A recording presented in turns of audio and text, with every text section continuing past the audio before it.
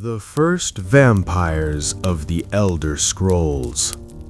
When blood first learned to remember, long before the Empire counted its years, before white towers rose from green valleys, and before mortals learned to fear the night for its fangs rather than its silence, the world of Tamriel was still discovering what it meant to be touched by the gods. In those early ages, the night was not yet a warning. It was simply a time of rest, of quiet roads, of stars watching patiently above a young world. Vampires did not yet exist as we know them. There were no hidden covens, no whispered cures, no silver weapons held in trembling hands. There was only mortality and the slow attention of a prince who despised it. To understand the first vampires, we must first understand how divinity itself works in the Elder Scrolls. Tamriel is shaped not only by gods who gave themselves to creation, but by gods who refused to die for it. The Aedra, the ancestors, poured their power into the world and became distant, weakened, bound to time. The Daedra, however, did not create the world. They observed it. They shaped their own realms instead, eternal and untouched by mortal decay. Each Daedric prince rules a concept rather than a place. Some rule destruction, some rule knowledge, some rule dreams, madness, or fate, and one rules dominion. Molag Bal, the Lord of Domination, does not simply conquer lands, he conquers will. His realm, Cold Harbor, is a twisted reflection of Nirn, a place where stolen souls labor endlessly under a sky that never forgives. To Molag Bal, mortality is an insult. Life that ends on its own terms is a rebellion he cannot tolerate, and so he devised a curse that would mock life itself. Not immortality born of wisdom or ascension, but immortality born of violation. The first true vampire was not a king, not a warlord, not a willing servant. She was a priestess. Her name was LeMay Beolfag. In the late Merithic era, LeMay served Arche, the god who governs the cycle of birth and death. Arche's priests believed that life and death must remain in balance, that neither should dominate the other. This belief made LeMay an enemy long before she ever knew it. Molag Bal chose her deliberately. When the prince came to Nirn, he did not ask for worship. He did not bargain. He did not tempt. He destroyed her faith, her body, and her mortality in a single act. The curse he inflicted was called Noxophilic Sanguivoria, the original strain of vampirism. It did not merely extend life, it rewrote it. LeMay's blood became a vessel for Cold Harbor's influence. Her heart no longer beat as mortal hearts do. Her body healed not through rest, but through feeding. Sunlight, once harmless, became agony because it represented the living world she no longer belonged to. Here we see how Elder Scrolls magic truly works. Curses are not spells cast once and forgotten. They are contracts written into the soul. Vampirism is not a disease in the common sense. It is a daedric condition bound to oblivion. This is why vampirism cannot be cured by ordinary means, and why its power waxes and wanes depending on feeding and exposure. The curse feeds on stolen vitality. When a vampire feeds, the curse tightens its hold, strengthening the body. When the vampire starves, the curse asserts control, revealing monstrous traits. This balance is not accidental. It is Molag Bal's design, a reminder that power comes only through domination. LeMay survived her transformation, but she did not kneel. Instead, she fled into the wilderness, where the pain of sunlight and the hunger of undeath followed her endlessly. There, she learned something Molag Bal did not intend. She learned that the curse could be shared. By passing her blood to others, she created new vampires, not directly bound to Molag Bal's will, but still carrying his mark. This is how vampirism spread across Tamriel, not as a single lineage, but as fractured bloodlines, each shaped by culture, environment, and time. In later centuries, Eyelid sorcerer kings would embrace the curse for power. Nordic warlords would inherit it unknowingly. Imperial scholars would classify it, fear it, and fail to fully understand it.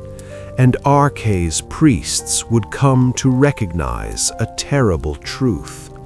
Vampires do not simply defy death. They exist outside the natural order entirely. This is why Arkay's blessings weaken them, why burial rites fail to contain them, why necromancy and vampirism, though related, are not the same. Necromancy manipulates death, vampirism denies it. And as LeMay Beolfag disappeared into legend, her curse did not fade. It learned, it adapted, it waited. In the shadows of ancient ruins and unlit roads, blood remembered what it had become, and the night was never the same again. Bloodlines written in shadow. As centuries passed and the memory of LeMay Beolfag softened into myth, her curse did not vanish. It settled quietly into the cracks of history, moving not as an army, but as a whisper. Tamriel, even in those early ages, was never a single world. It was a tapestry of cultures, each with its own understanding of death, divinity, and power. And vampirism, like all daedric influences, adapted itself to the beliefs of those it touched. This is why there is no single kind of vampire in the Elder Scrolls. There are bloodlines. To understand them, we must first understand how daedric power travels through mortal societies. Unlike the Aedra, daedric princes do not impose order directly. They seed conditions. They offer tools, curses, or bargains, and then allow mortal nature to shape the result. Vampirism is one such condition. When Lamé shared her blood, she did not create copies of herself. She created variations, each inheriting the core curse, but expressing it differently depending on environment, feeding habits, and magical tradition. Among the earliest known were the Aelid vampires. The Aelids, or wild elves, were masters of flesh magic and soul manipulation. Their cities gleamed with white stone, but beneath that beauty lay cruelty refined into art. To them, vampirism was not a shame, it was an enhancement. Aelid sorcerers learned to stabilize the curse through ritual feeding and sun avoidance, reducing its more feral symptoms. This is why some ancient vampires retained elegance, speech, and control, while others devolved into beasts. Here, the Elder Scrolls reveals an important system of its world. Magic is shaped by intention and repetition. A curse left unmanaged grows wild. A curse studied becomes a tool. This principle explains why some vampire clans became scholars, nobles, or rulers, while others haunted caves and ruins, forgotten even by history. Far to the north, among the Nords, vampirism took a harsher form. Nordic culture revered honor, mortality, and the passage to Sovngarde. To become undead was to be cut off from the afterlife entirely. Thus, Nordic vampires were hunted relentlessly, driven into isolation where hunger ruled over reason. This isolation accelerated the curse's corruption. Without structure or ritual, Nordic vampires starved often, causing the curse to surface physically. Elongated features, burning eyes, monstrous strength. This is not coincidence. In the Elder Scrolls, belief shapes reality. A vampire raised in a culture that sees undeath as damnation will often embody that damnation fully. Meanwhile, in the South, among early imperial and Nedic societies, vampirism became something else entirely. It became a secret. Imperial culture prized order, law, and appearance. Vampires learned to hide within cities, feeding discreetly, maintaining influence through politics rather than terror. This gave rise to the idea of vampire clans operating within mortal institutions, guilds, noble houses, and later even religious orders. At this point, we must speak of Archay again. Archay's divine domain governs cycles, birth, growth, death, and remembrance. Vampires disrupt all four. This is why Archay's blessings weaken them, why his priests sense their presence instinctively, and why certain holy rites repel them without requiring conscious magic. Archay does not attack vampires. The world itself rejects them. This rejection creates a tension that vampires must constantly manage. Feeding restores their connection to physical vitality. Starvation increases their separation from the living world. In practical terms, this is why feeding strengthens a vampire's appearance and abilities, while prolonged hunger reveals their monstrous nature. It is not morality, It is metaphysics. As bloodlines spread, Molag Bal watched, but he did not control. This is a crucial truth often misunderstood. Molag Bal created vampirism, but vampires are not his obedient servants by default. The curse carries his influence, not his command. Some vampires worship him, others despise him, many never acknowledge him at all. And yet, Cold Harbor remains etched into their souls.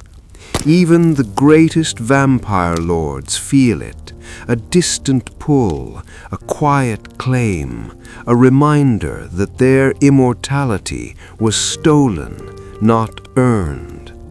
By the late First Era, vampirism had become a paradox, feared, hunted, classified, yet impossible to erase. Because it was no longer just a curse, it was a legacy. And like all legacies in Tamriel, it would soon collide with power far greater than blood alone, lords of the long night. By the time empires began to name themselves eternal, vampires had already learned patience. They no longer wandered as lone figures driven only by hunger. They observed, they planned, they waited for centuries to do what mortals attempted in decades. This is the quiet advantage of undeath in the Elder Scrolls. Time is not a resource that vampires fear. And in time, vampirism began to evolve again, not through accident, but through choice. Some vampires grew tired of merely surviving the curse. They sought to perfect it. This is where the idea of vampiric lordship was born. To understand this transformation, we must return once more to Molag Bal, not as a god of distant cruelty, but as a divine force bound by rules even he cannot break. Daedric princes cannot simply grant unlimited power. Their gifts must align with their sphere. For Molag Bal, power must involve submission, dominion, or sacrifice. Thus, the most powerful vampires were not created by chance, they were chosen. In rare and deliberate rituals, mortals offered themselves fully to Molag Bal, not as victims, but as supplicants. These individuals underwent a transformation far deeper than ordinary vampirism. They became vampire lords. This form of undeath was not merely physical. It altered the soul's structure. In the Elder Scrolls, the soul is not a single object. It is layered, composed of identity, memory, and metaphysical alignment. When a vampire lord is created, Molag Bal claims a permanent foothold within these layers. This is why vampire lords possess abilities that ordinary vampires do not. They can shift form, command lesser undead, and draw power directly from Cold Harbor itself. Yet even here, the curse remains a negotiation. A vampire lord is stronger, but also more tightly bound to Molag Bal's domain. Their soul becomes heavier, more difficult to sever from oblivion. This explains an important system within the Elder Scrolls universe. Not all immortality is equal. Liches anchor themselves through phylacteries. Divine ascendants bind themselves to cosmic forces. Vampires remain tethered to hunger, blood, and cold harbor. Power always comes with an address. One of the most infamous of these ascended vampires was Harkon, a Nord king who ruled long before his name became a warning. Harkon believed mortality was weakness. To him, the sun itself was an enemy, a symbol of time's passage, of decay, of endings.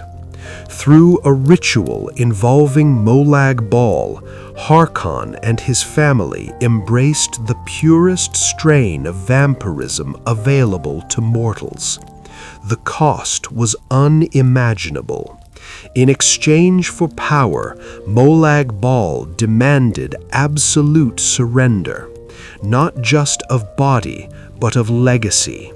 This act fractured Harkon's family, binding them through blood, but isolating them emotionally and spiritually. Immortality preserved their forms, but froze their grief, their resentment, and their fear. Here, the Elder Scrolls teaches another quiet truth. Undeath does not erase emotion. It preserves it. Centuries of unhealed pain accumulate like dust in an unlit hall. Vampire lords often rule from isolation, not by preference, but by necessity.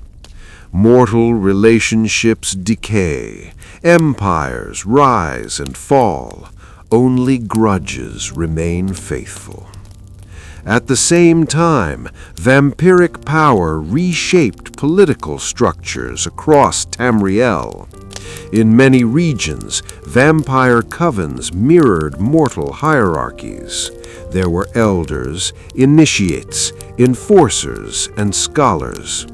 Feeding rites were regulated. Exposure was punished. This was survival through structure. Just as the Empire built laws to manage people, vampires built traditions to manage hunger. And yet, for all their planning, there was one force they could never control: prophecy. The Elder Scrolls themselves do not predict a fixed future. They describe possible outcomes shaped by choice, belief, and interference. And in time, vampirism became entangled with prophecy in a way Molag Bal did not fully anticipate. Because while vampires deny death, they cannot deny change, and something was coming, a convergence of blood, sun, and ancient words that would test whether vampirism was a curse meant to endure or one meant to end. When prophecy turned its gaze to the sun. There is a quiet law in the Elder Scrolls, one rarely spoken aloud, yet always obeyed.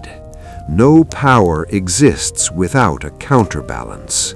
As vampirism grew older, stronger, and more deliberate, the world itself began to respond, not through armies or crusades, but through prophecy. Prophecy in Tamriel is not fate carved in stone. It is closer to a reflection on still water, clear at times, distorted at others, changing when touched. The Elder Scrolls record moments when possibility becomes dangerous, and eventually vampirism became one of those moments. By the late eras, scholars and seers began to whisper of an ancient lineage, one closer to Molag Bal's original design than any other. These were not ordinary vampires, nor even typical lords. They were known as the Daughters of Cold Harbor. To understand why prophecy gathered around them, we must first understand how divine contracts operate. When Molag Bal directly creates a vampire through sacred violation, the result is not merely a stronger curse. It is a direct channel between Nirn and Cold Harbor. Such vampires do not inherit vampirism, they embody it. Their blood carries a resonance, a metaphysical echo that responds to ancient rituals, elder scrolls, and celestial alignments. This is why their blood can do things no other blood can. Here, the Elder Scrolls reveals another system of its world. Celestial bodies matter. The sun is not merely light, it is the visible presence of Magnus, the architect of magic itself.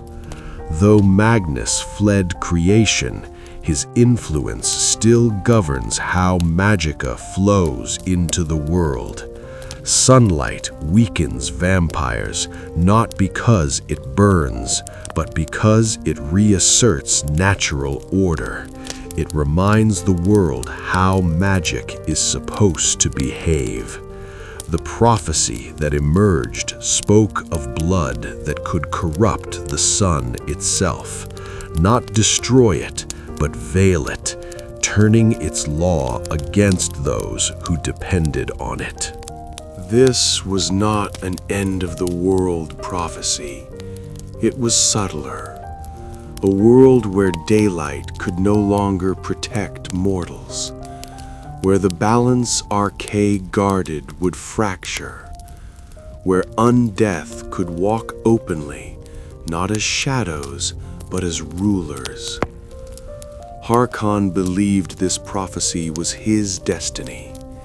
To him, prophecy was not a warning, but a permission slip.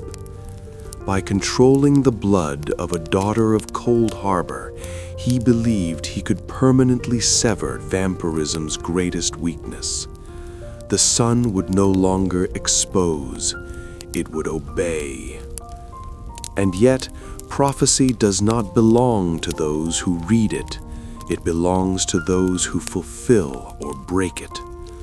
This is why the Elder Scrolls never name heroes. They describe circumstances, not people. Within vampiric culture, this prophecy caused a schism. Some saw it as ascension, others saw it as extinction. For many ancient vampires, the night was not something to conquer, but something to respect. The sun's threat preserved restraint. It forced secrecy, moderation, balance. Remove it, and vampirism would no longer need control. And uncontrolled power in Tamriel always collapses inward. Even Molag Bal's influence grows distant here. This is one of the most misunderstood truths about Daedric princes. They enjoy domination, but they do not enjoy irrelevance. If vampirism were to become absolute, it would no longer need Molag Bal's shadow. The curse would become self-sustaining. And so, paradoxically, even the Lord of Domination had reason to let prophecy remain uncertain. Throughout this era, vampire hunters, scholars, and even priests of Arche did not seek to eradicate vampirism entirely. They sought to contain it. Silver weapons, fire enchantments, dawn magics, these were not ultimate solutions. They were pressure points, ways to remind the curse that it was not invincible. Because in the Elder Scrolls, nothing powerful survives without limits. And as the prophecy moved closer to fulfillment, the question was no longer whether vampirism could rule the world. The question was whether it should. Blood had learned to remember. It had learned to rule. But it had not yet learned when to let go. The quiet weight of choice. There is a moment in every long existence when power stops feeling like freedom and begins to feel like gravity.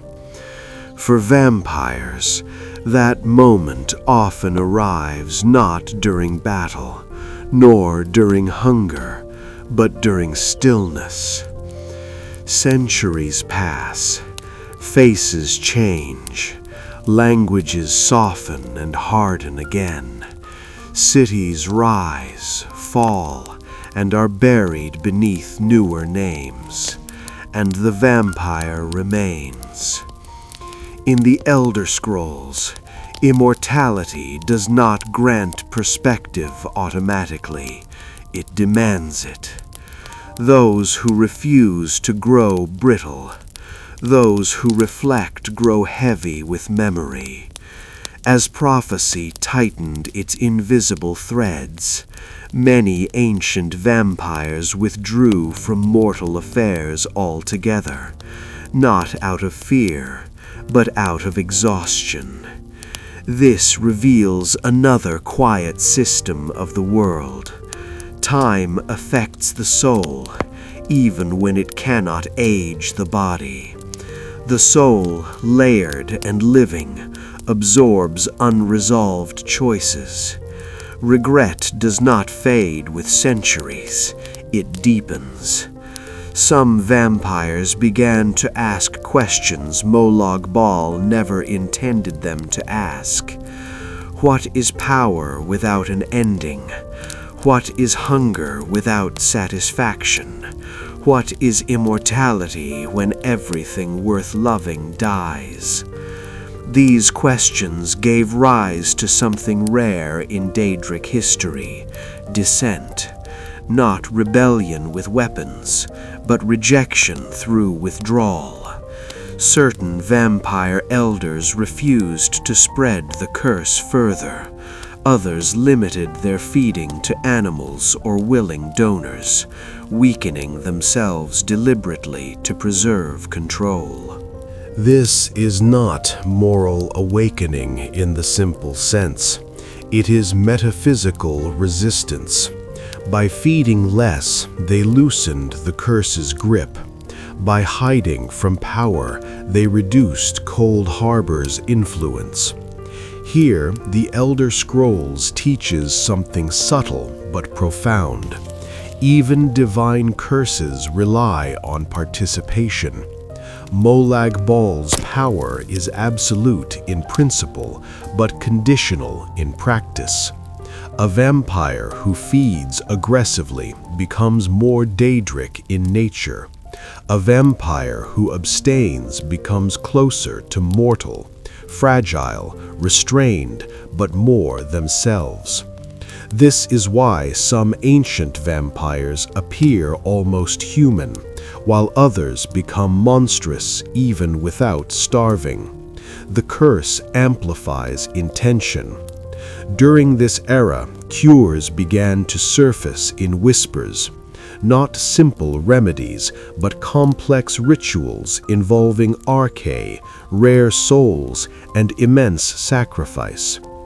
These cures did not erase vampirism casually. They demanded loss of memory, of strength, sometimes even of identity. Because the curse is not separate from the self, it grows around it. Those who sought a cure were not weak, they were tired. And in that weariness, they made a choice Molag Bal despised above all others. They chose finality. To Molag Bal, domination without resistance is meaningless. His curse was meant to bind mortals forever, to deny them the dignity of an ending. A cured vampire escapes not just undeath, but ownership. This is why cures are rare, dangerous, and often incomplete. The world resists undoing what a Daedric prince has written. Yet the possibility alone matters. It introduces uncertainty into a curse built on certainty. As prophecy continued to loom, this quiet rebellion weakened the foundations of vampiric ambition. Not all vampires wanted a world without the sun. Some remembered what sunlight felt like. Others remembered children, homes, names no longer spoken. And in the Elder Scrolls, memory is power. It shapes dreams. It shapes identity. It shapes what futures remain possible. Thus, the story of vampirism slowly transformed, no longer merely a tale of domination and hunger, but a question whispered through centuries. Is eternal existence worth the cost of becoming something you cannot recognize? The curse waited for an answer. Hunters, scholars, and the fragile balance. By the time the world approached what mortals now call the present age, vampirism was no longer a mystery. It was a problem, not one that could be solved, but one that had to be managed. This is often how the Elder Scrolls handles enduring evils. They are not erased, they are contained, studied, and quietly accommodated. As vampire bloodlines aged, so too did the institutions that opposed them. Orders of hunters arose, not as crusaders, but as caretakers of balance. They learned when to strike and when to watch. This reveals another system of Tamrielic reality. Violence is not always the most effective form of order. The vigilance of Stendarr, for example, did not simply hunt vampires because they hated them. They hunted them because unchecked Daedric influence destabilizes reality itself. Stendarr's sphere is mercy and righteous protection, but mercy in Tamriel does not always mean forgiveness. Sometimes it means prevention. Vampires who fed recklessly, who spread the curse carelessly, were not punished for their hunger. They were removed for threatening the fabric of mortal life. At the same time, scholars began to classify vampirism in earnest. Imperial mages documented its stages. Nordic chroniclers recorded its legends. Priests of Arche refined rites that could detect undeath without confrontation. Here we see how knowledge functions in the Elder Scrolls. Knowledge does not eliminate magic, it frames it.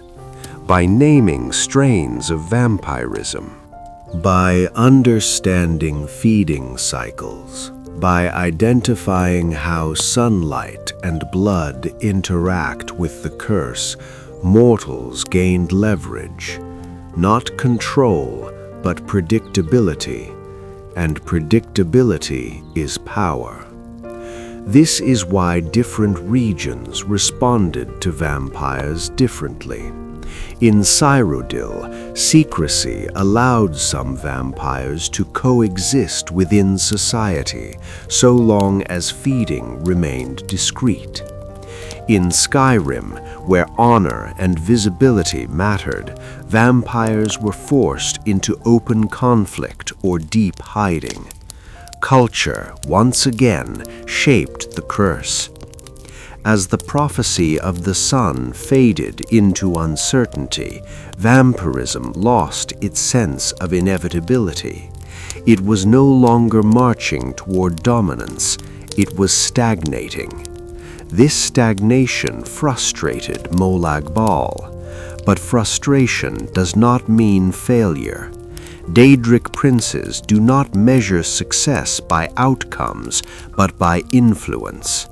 As long as vampires exist, as long as blood remembers Cold Harbor, Molag Bal's shadow remains part of the world. And yet, something had undeniably changed. Vampires were no longer just monsters of the night. They were philosophers of hunger, historians of loss, and reluctant witnesses to the passage of eras. Some served as librarians of forbidden knowledge. Others became silent patrons of art, watching beauty pass through generations. This is the final paradox of vampirism. Those who sought eternity to escape death became its most intimate observers. They learned how fragile life truly is, not because it ends, but because it moves on. And so the balance holds, not through victory, but through tension.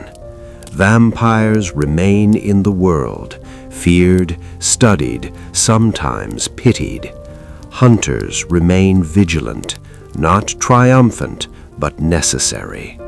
The sun still rises, the night still whispers, and blood still remembers the moment it was taught never to let go. What the curse became. With the passing of eras, vampirism ceased to be a singular story. It became a condition of the world, like war, like ambition, like grief. Something Tamriel learned to live beside. In the present age, most mortals understand vampirism only through fear. They know the signs, the pale skin, the aversion to sunlight, the hunger that cannot be negotiated with. But vampires themselves understand something deeper. They understand continuity. To exist across centuries is to see patterns repeat with painful clarity. Empires rise, promising order. They fall, leaving ruins and regrets. Religions fracture. Magic is rediscovered, outlawed, then quietly practiced again. And through all of this, the curse remains unchanged at its core. This teaches another foundational truth of the Elder Scrolls. The world evolves, but metaphysical laws endure. Vampirism still feeds on stolen vitality. It still resists Arkay's domain. It still draws faint strength from Cold Harbor. No amount of scholarship or adaptation has rewritten those rules. What has changed is interpretation. Some vampires now see the curse not as a gift or punishment, but as a lens. Through undeath, they perceive the world differently. They see how fragile moral certainty is, how easily fear becomes justification, how quickly power claims righteousness.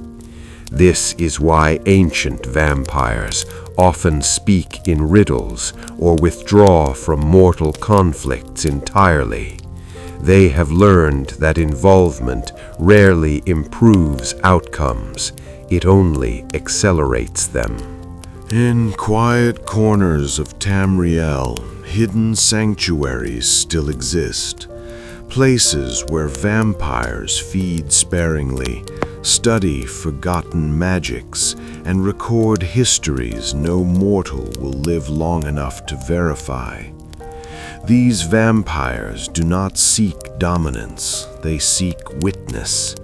And witnessing, in a world defined by change, is its own burden.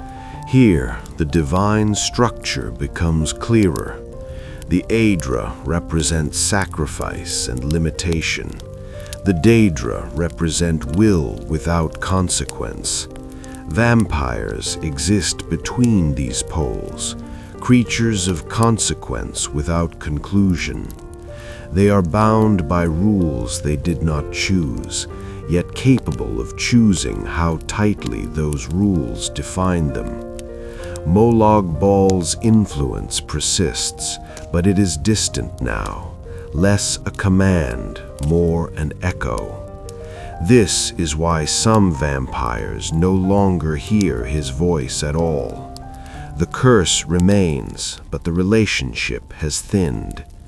Divine power, like any force, weakens when ignored. And yet, Cold Harbor never fully releases what it touches. Even the most restrained vampire dreams differently. Their sleep is shallow, their visions heavy with red skies and frozen stone. Not commands, memories written into the blood. This is how Daedric curses endure, not through control, but through identity. As long as a vampire remembers what they are, the curse remains intact. And perhaps that is Molag Bal's final quiet victory. Not domination of the world, but permanence within it. Still, the story does not conclude in despair, because Tamriel is not a world of absolutes. It is a world where choice exists even within chains, where meaning survives even when endings are denied. Vampirism did not become what Molag Bal envisioned, nor did it vanish as Arkay's priests hoped. It became something far more complex, a reminder that power without release corrodes, that eternity without purpose stagnates, and that even the darkest gifts cannot erase the will to define oneself. The night remains, but it no longer rules alone. The long memory of the night. There is a difference between surviving history and remembering it. Most mortals leave fragments behind, names on stone, stories bent by retelling, ruins whose purpose must be guessed. Vampires leave memory itself, not written, not sung, but carried, intact and unrelenting. In this, they resemble the Elder Scrolls more than any living race. They do not merely recall events, they contain them. This is why ancient vampires often avoid speaking of the past, not because it is secret, but because it is heavy. To speak of the first era is to relive it. To remember the Merethic is to feel the world before it hardened. Forests were deeper then, stars felt closer, magic was louder, and loss was sharper. This is another quiet system of the Elder Scrolls universe. Memory has weight. The mind adapts to loss by forgetting. The soul adapts by transforming pain into story. But undeath interrupts this process. Vampires do not forget easily. Their minds heal like their bodies, perfectly but without mercy. This is why some vampires become cruel, not out of malice, but out of saturation. Empathy erodes when grief never fades. Others take the opposite path. They become gentle, withdrawn, protective of fragile lives. Both responses are attempts to survive eternity.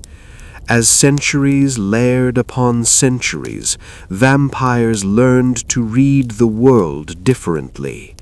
They learned to sense when an empire was hollow, when a religion was drifting from its source, when magic was being used in ways that would echo disastrously later. Some intervened quietly, a missing advisor, a document subtly altered, a war delayed by a single, timely assassination. Others refused involvement entirely, choosing instead to observe, believing that the world must be allowed to fail in order to change. Neither path is wholly right. This reflects a deeper truth of Tamriel. Balance is not morality, it is tension. The Aedra sacrificed themselves to stabilize the world. The Daedra refused, preserving freedom at the cost of cruelty. Vampires, born of Daedric violation but bound to mortal consequence, exist as living tension. They are reminders that the world was never meant to be simple. Even the sun, once thought of as a weapon against them, has softened in meaning. To many ancient vampires, sunrise is no longer hatred, it is nostalgia. They remember warmth, they remember morning sounds, they remember ordinary exhaustion, and in remembering, they understand what was lost.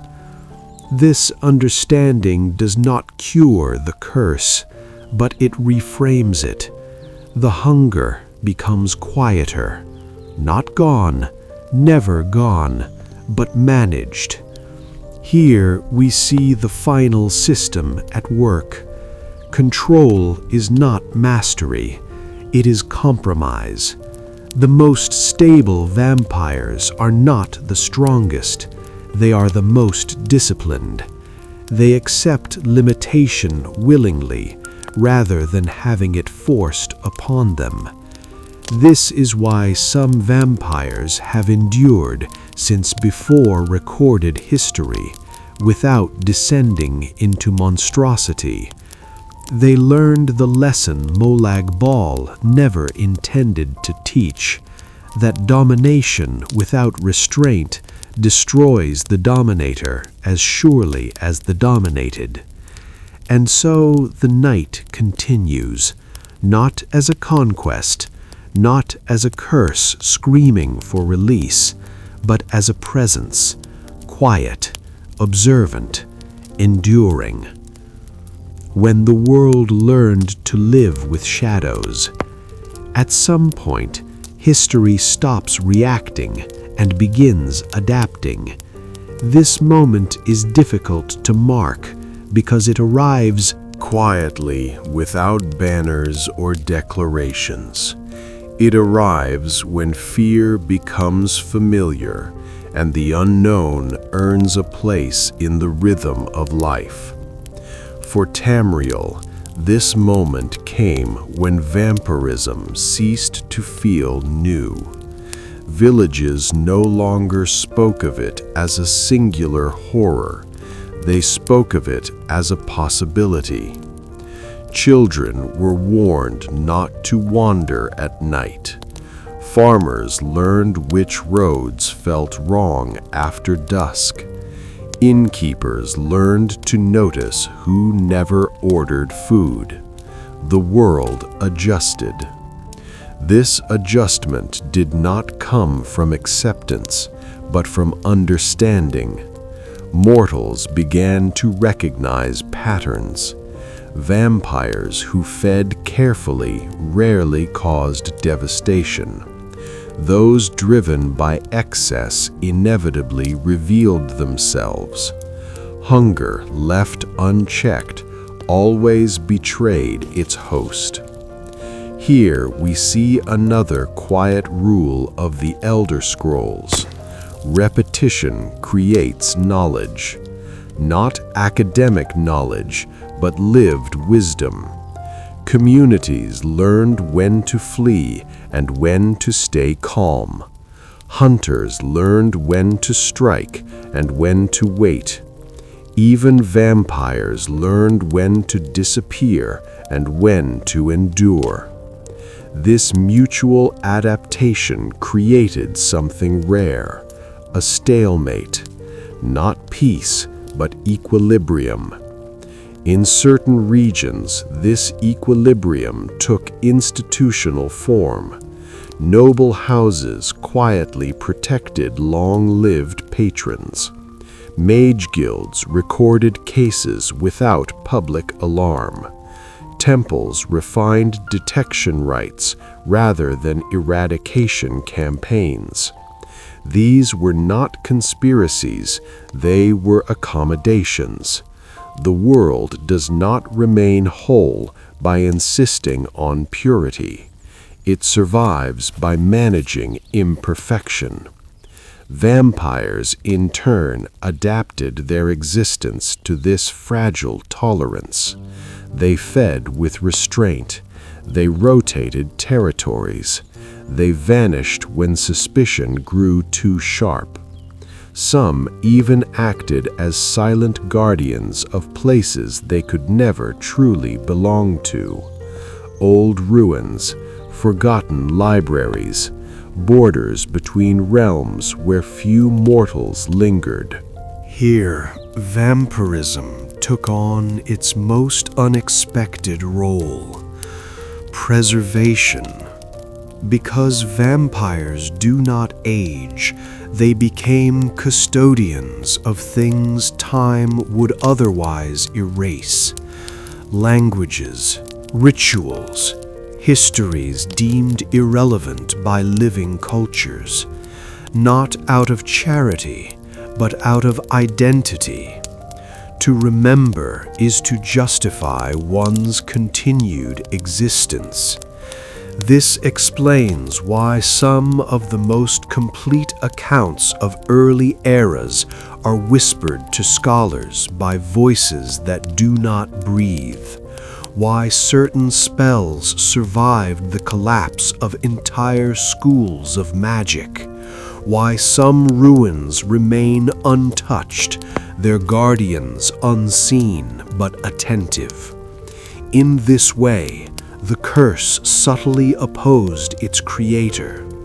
Molag Bal sought domination through stagnation, but vampires, by remembering, kept the world connected to its past.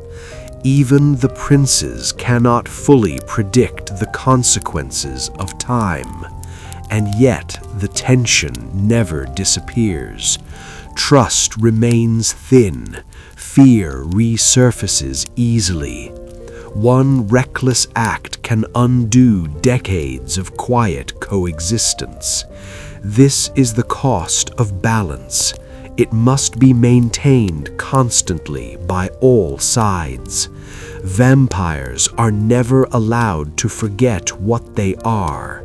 Mortals are never allowed to forget what might be watching.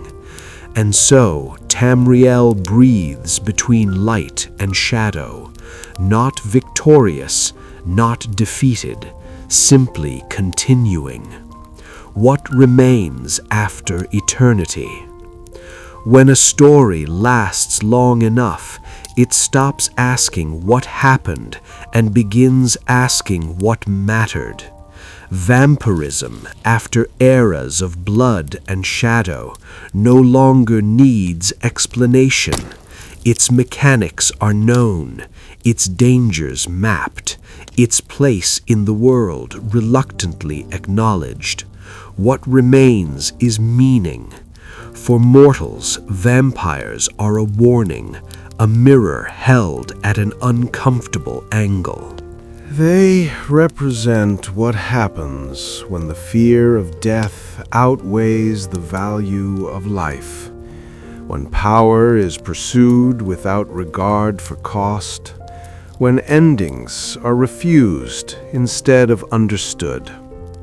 In this sense, vampirism is not an anomaly in Tamriel. It is an extension of its deepest conflicts. The Elder Scrolls world has always been shaped by the tension between permanence and change. The Aedra accepted limitation to give the world continuity. The Daedra rejected it to preserve autonomy. Mortals exist between them, brief, fragile, and endlessly creative. Vampires stand just outside that balance. They are not fully Daedric, for they remain bound to flesh, hunger, and memory. They are not fully mortal, for time no longer guides them toward release. They are unfinished. This unfinished state is why vampirism endures. It creates stories that never fully resolve, rivalries that outlast nations, promises that grow heavier with every century they are kept. And yet, even here, the world asserts its quiet authority. No vampire, no matter how ancient, can fully escape consequence. All eventually face moments of narrowing choice.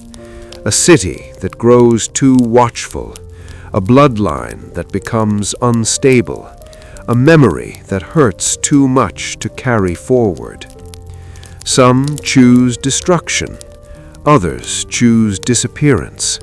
A rare few choose change, accepting weakness in exchange for peace.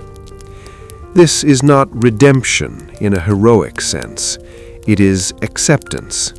And acceptance in Tamriel is powerful, because the world does not demand perfection, it demands participation. To live, to endure, to choose, even imperfectly, is enough to shape history. Vampirism did not end the world, it did not conquer it. It did not save it. It became part of its texture, a shadow that defines light by contrast, a memory that gives weight to forgetting. A silence that makes ordinary life louder, warmer, more precious. This is why the curse has never truly been eradicated. Not because it cannot be destroyed, but because it has become meaningful. The night remains not as a tyrant, but as a reminder that eternity is not a gift, that power is not freedom, and that endings, when they finally come, are what gives stories their shape. The silence between heartbeats. There is a kind of silence that only long existence creates. It is not the absence of sound, but the absence of urgency. Vampires live inside this silence, where mortals measure time by seasons and scars.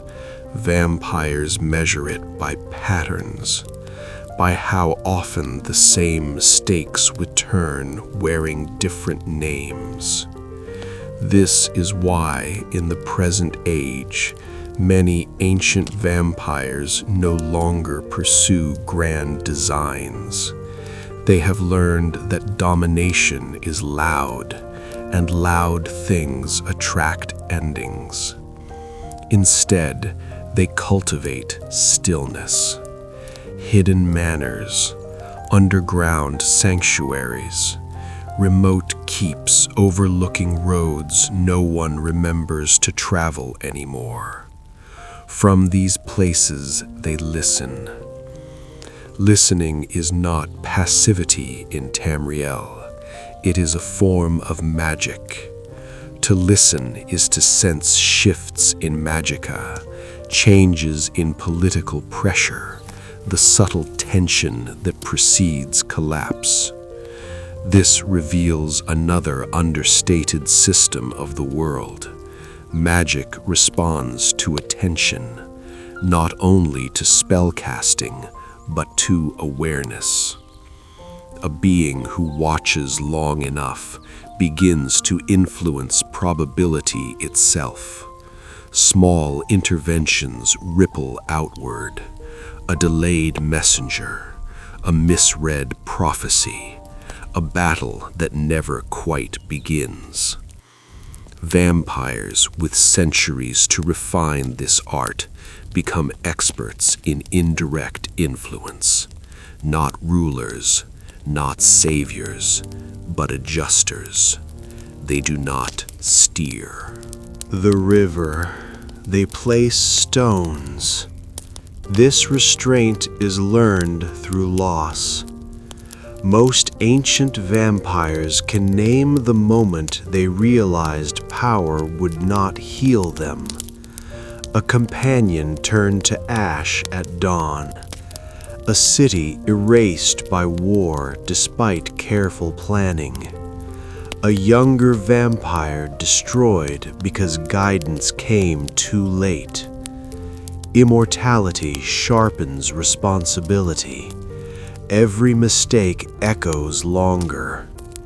This is why many elders refuse to create progeny, not out of selfishness, but out of caution. To create another vampire is to impose a future, one that may stretch far beyond wisdom's reach. In the Elder Scrolls, creation is sacred precisely because it is irreversible. This applies as much to curses as to life. And so the night grows quieter, not empty, never empty, but measured. Hunters still patrol, priests still bless thresholds, scholars still argue over classification and cure, vampires still hunger. But hunger, when acknowledged, loses some of its cruelty. Here lies one of the most difficult truths the world teaches.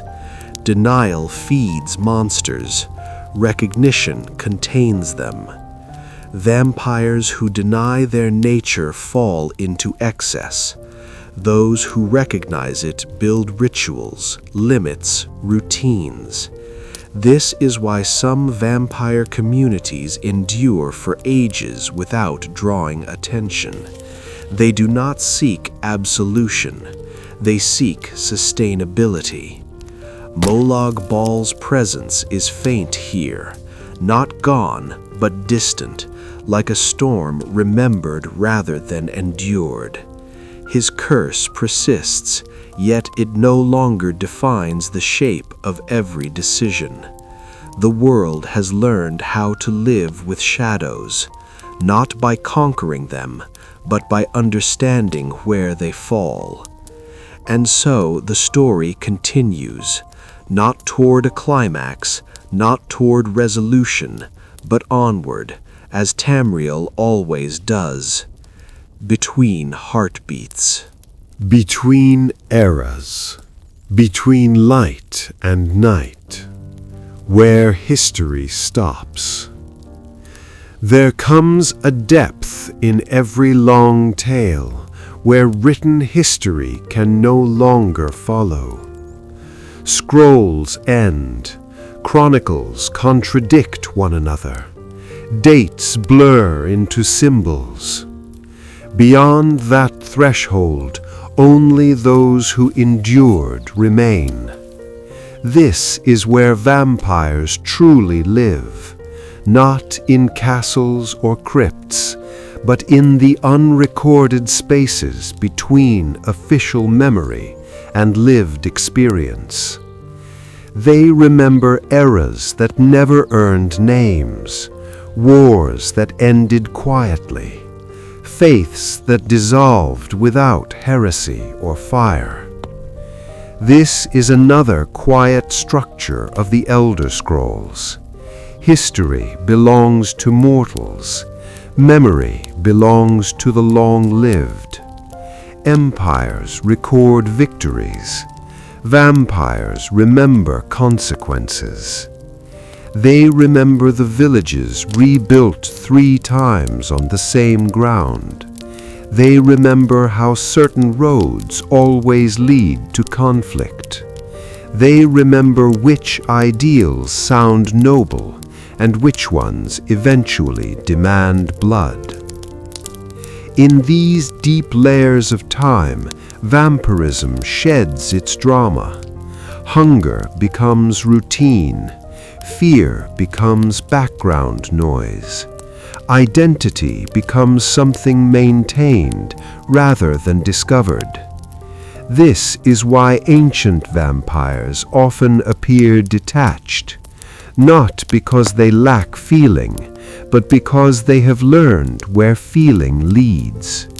Emotion, untempered, consumes centuries quickly. Instead, they cultivate continuity. They mark years by astronomical shifts, by the movement of magical ley lines, by changes in the tone of the world's magica, subtle signs most mortals never notice. Here we see another system quietly at work. The world itself ages. Magica flows differently than it once did. Some ancient spells no longer function as intended.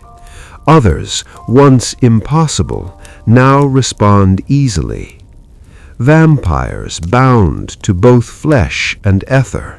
Magic feel these changes intimately. Their powers fluctuate not only with blood, but with the state of the world itself. This is why certain ancient vampires weaken over time, despite feeding well and avoiding hunters. The environment that once sustained their form no longer exists. Change, denied at the personal level, asserts itself at the cosmic one. Some elders interpret this as decay. Others see it as instruction. They adapt their rituals, abandon abilities that strain against the present age, refine subtler talents, perception, influence, resistance. Power becomes quieter, and quiet power lasts longer. At this depth, the question of Molag Bal almost disappears, not because he has lost relevance, but because origin matters less than continuation. A curse born of domination has become a condition shaped by restraint, not erased, not redeemed, transformed by time. Vampires no longer ask why they exist. They ask how to exist without tearing the world further. This is not altruism, it is survival elevated to philosophy. Tamriel has endured catastrophes before. Dragon breaks, planar invasions, gods walking and retreating. Those who remember these events do not wish to repeat them. Thus, in the deepest layers of night, vampires become something unexpected, archivists of consequence. They remember what happens when balance fails, when power forgets limitation, when prophecy is mistaken for permission. And in remembering, they quietly guard the future, not by shaping it, but by refusing to push it too far. The night holds them still, waiting, watching, remembering, the shape of endurance. Endurance is often mistaken for strength, but they are not the same. Strength pushes against the world. Endurance learns how to remain without breaking it. This is the lesson vampirism teaches most slowly. Those who survive the longest are rarely the most powerful. They are the ones who learn how little power is truly necessary. Ancient vampires speak of endurance not as resistance, but as alignment. They align themselves with the quiet rhythms of Tamriel, the slow turning of stars, the patient erosion of stone, the way civilizations rise not because they are righteous, but because conditions allow them to. This is another deep structure of the Elder Scrolls world. Nothing persists by force alone. Everything that lasts learns when to yield. Vampires who refuse this lesson brine brightly and vanish. They provoke hunters, gods, heroes, and fate itself. They become stories with endings. Those who endure become background forces, unnoticed yet influential. They stop hoarding territory, stop gathering followers, stop declaring identities too loudly. Instead, they adopt roles that do not attract correction. A nameless scholar who never seems to age. A benefactor who funds preservation rather than conquest. A quiet presence ensuring a cursed artifact never resurfaces. In this way, vampirism adapts not by changing its nature, but by refining its expression. Hunger remains, weakness to sunlight remains, the pull of cold harbor remains, but none of these dominate the vampire's choices anymore. Here, the metaphysics deepen. A curse has 3 layers: its origin, its mechanism, and its meaning. Most beings remain trapped in the first 2. Vampires who endure reach the 3rd. They understand that Molag Bal's curse was never about blood. Blood was the medium. The curse was about refusal, refusal to end, refusal to submit to the natural cycle, refusal to release control. By mastering restraint, enduring vampires invert the curse's purpose without breaking it. They still exist, but they no longer dominate. This does not free them from cold harbor. Nothing fully does, but it weakens the relevance of that bond. Daedric influence fades when it stops shaping action. Power ignored becomes static. This is why Molag Bal's presence feels distant in the current age. Not because he is defeated, but because his creation has learned to outgrow obsession. The curse endures, its intent does not. And so the oldest vampires no longer measure time by centuries, but by stability. How long since the last crisis? How long since the world nearly tore itself apart? How long since intervention was required? When those spans grow longer, they consider their endurance successful. They do not seek recognition. Recognition attracts narrative, and narrative attracts endings. They prefer obscurity. In Tamriel, obscurity is safety, and so the long night stretches on, not as a threat, not as a promise, but as a condition, a reminder that some stories do not conclude, they settle. Acceptance without release. Acceptance is not surrender.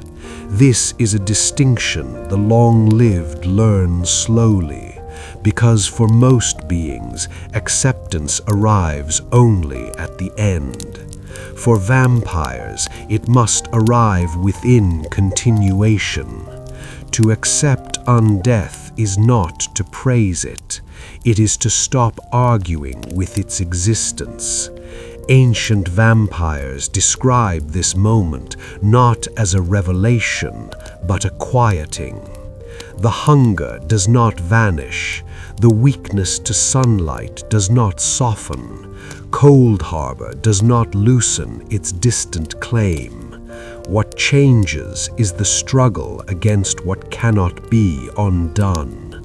This is another foundational principle of the Elder Scrolls world. Power that resists reality exhausts itself. Power that adapts to reality persists. Vampires who reach acceptance no longer ask how to escape eternity. They ask how to move through it without erosion. This shift alters everything. Feeding becomes deliberate rather than compulsive. Movement becomes seasonal rather than reactive. Identity becomes flexible rather than defended. Names change. Faces are allowed to fade. Histories are carried inward rather than displayed. In doing so, these vampires avoid the final trap of undeath, fixation. Fixation is what binds many cursed beings permanently to their origin. The Lich fixates on survival. The Revenant fixates on injustice. The Restless Spirit fixates on memory. Vampires who endure learn to loosen fixation without losing self. They remember, but they do not circle the same memories endlessly. This is where vampirism becomes almost unrecognizable to mortals. Not monstrous, not regal, but subtle, an influence rather than an actor. They guide without revealing. They warn without insisting. They withdraw when presence would distort outcomes. Here we see the final evolution of the curse's mechanism. Vampirism no longer functions as Molag Bal intended, a tool of domination through eternal hunger. Instead, it functions as a discipline of restraint. This is not rebellion, it is reinterpretation. Daedric curses are rigid in structure, but flexible in expression. Molag Bal bound blood to power. He did not bind how that power must be used, and so the oldest vampires do something deeply unsettling to their creator. They live without glorifying him. They exist without spreading his influence. They endure without conquest. They turn a curse of excess into a practice of limitation. Cold Harbor remains part of them, but it no longer defines the horizon of their choices. In dreams, they still glimpse frozen towers and crimson skies, but dreams no longer command waking action. This is the quiet victory Molag Bal never planned for. Not defiance, not escape, but irrelevance. A god ignored loses nothing of his power, yet gains nothing from its existence. And so acceptance settles in, not as peace, but as equilibrium. The vampire does not seek an ending anymore, nor do they seek expansion. They become part of the world's slow continuity, like mountains that do not move, but shape wind and weather simply by remaining. Tamriel allows this. It always has. The world does not demand purity. It tolerates endurance. And in that tolerance, the curse finds its final, quiet form. The meaning that remains. When struggle quiets and resistance softens, something unexpected appears. Meaning, not imposed from above, not granted by gods or prophecy, but assembled slowly from endurance itself. For vampires who have accepted their state, meaning no longer comes from power, secrecy, or survival. Those are already secured. Meaning comes from placement, from knowing where one stands in the long shape of the world. This is the final structure we must understand about Tamriel. The world is not guided toward perfection. It is guided toward coherence. Everything that remains must fit somewhere, even if it does not belong. Vampires fit, not because they are welcomed, but because they have learned how not to tear the fabric further. They become margins rather than centers, footnotes rather than chapters, context rather than command. Some guard thresholds between provinces, between eras, between dangerous knowledge and forgetful minds. Others become watchers of cycles. They know when magic swells dangerously, when ambition begins to echo old catastrophes, when prophecy starts sounding too certain. They do not stop these moments, they soften them. A warning given quietly, a relic removed discreetly, a person guided away from a path that once ended the world. This is not heroism, it is stewardship. And stewardship, unlike domination, leaves room for others to act. Here, vampirism reaches its most paradoxical expression.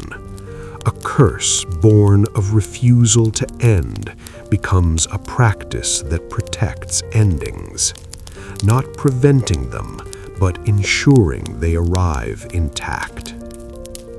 In this role, vampires finally align with Arche, not through worship, but through function. They preserve the cycle by refusing to disrupt it further. They exist outside it so that others may remain within. Even Molag Bal's shadow seems distant here, not erased, not broken, simply uninvited. The curse persists, but its narrative has changed. No longer a march toward domination, no longer a tragedy demanding cure. It has become a condition with context, a long night that knows when not to speak. And so, if one listens carefully, not to legends, not to fear, but to the quiet continuity of Tamriel itself, one can sense them, not hunting, not ruling, standing watch where memory grows thin and repetition threatens catastrophe. They are not saviors, they are not monsters, they are reminders. that eternity does not grant purpose, that power does not create wisdom, that survival, when stretched long enough, must learn how to justify itself. The night remains, but it has learned restraint, and restraint in a world shaped by excess and ambition may be the rarest magic of all. The night that learns to breathe. There is a moment, rarely spoken of, when endurance becomes something softer. Not relief, not resolution, but breath. The oldest vampires describe it as a change in rhythm. The hunger still arrives, but it no longer arrives like a storm. It comes like a tide, predictable, cyclical, manageable. This is where vampirism becomes fully integrated into the living structure of Tamriel. Not accepted, not forgiven, but accounted for. In the Elder Scrolls, the world survives not by erasing its contradictions, but by distributing them evenly enough that none grow catastrophic. This is another quiet law of existence. Extremes collapse, continuity endures. Vampires who reach this stage stop thinking in lifetimes. They think in intervals. When to move, when to vanish, when to allow a place to forget them. They learn the value of absence. Absence prevents suspicion. Absence prevents fixation. Absence allows stories to pass into legend where they can no longer be hunted. This is why so many vampire myths contradict one another.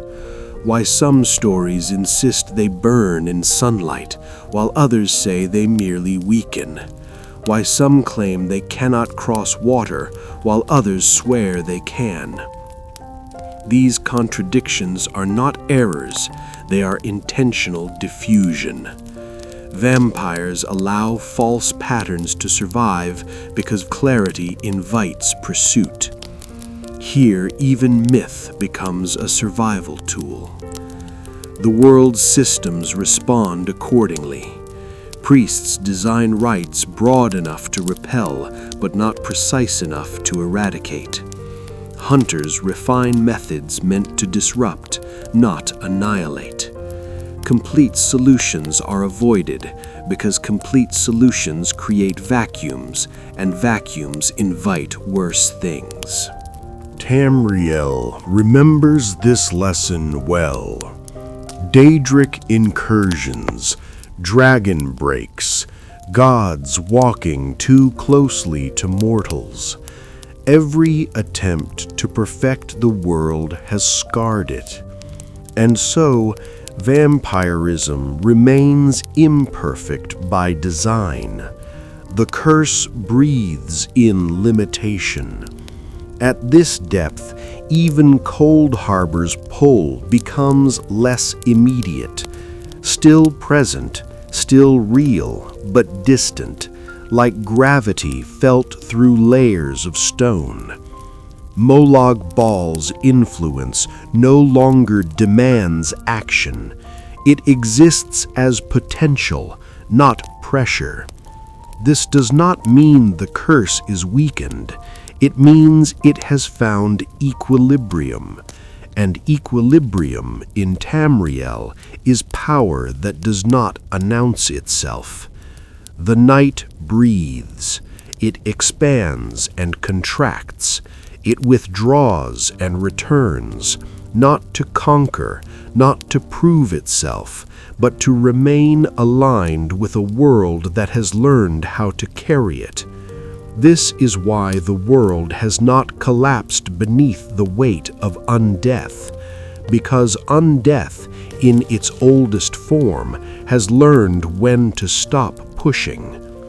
The vampire stands at the edge of things now, not demanding space, but taking only what the world can afford to lose.